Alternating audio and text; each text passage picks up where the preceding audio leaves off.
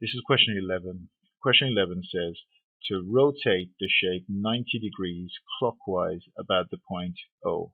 Now, there are a couple of things that you need to make sure you're actually quite aware of and are able to do in this. And exactly, this question says rotate the shape. Okay, so rotate the shape 90 degrees clockwise, and the center of rotation, the point which you're going to rotate it about, is O.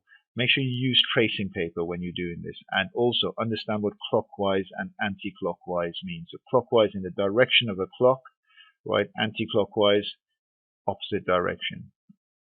And as I said, use tracing paper. Put the tracing paper over the shape, then trace around the shape, right? Make sure you do that. Then put a marker at the center of rotation. Now the center of rotation is 0, 0, the point O. O is the origin, so they could use all of those to actually describe it. And I've just put that marker here because when I turn the tracing paper, I need to know when I've turned through 90 degrees. The next thing I'm going to do is put my pencil at the center of rotation, right? So I could actually pivot and spin the tracing paper around that. And now I'm going to turn it through 90 degrees, okay? I know when to stop because that line has just moved through 90 degrees. Now press on all the corners of this shape, remove your tracing paper, and then redraw the shape, and that's your answer. Do take care. Make sure you turn through clockwise or anti-clockwise as much as they've said. Make sure you turn through the angle, 90 degrees or 180 degrees is what they typically ask.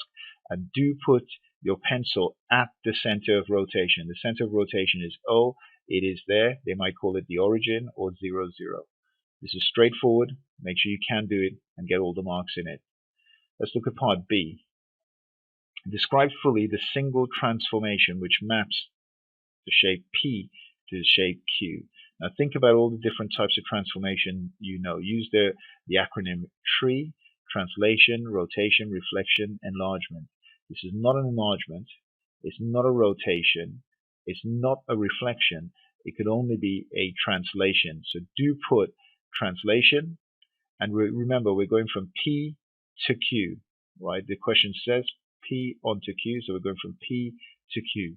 Pick a corner on P and find the same corner, the same exact corner on Q.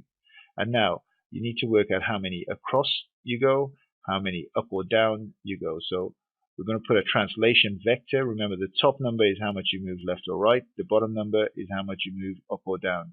So I'm going to go 1, 2, 3 right, which means I put 3 over there, and then 1 down, which means -1 in my translation vector.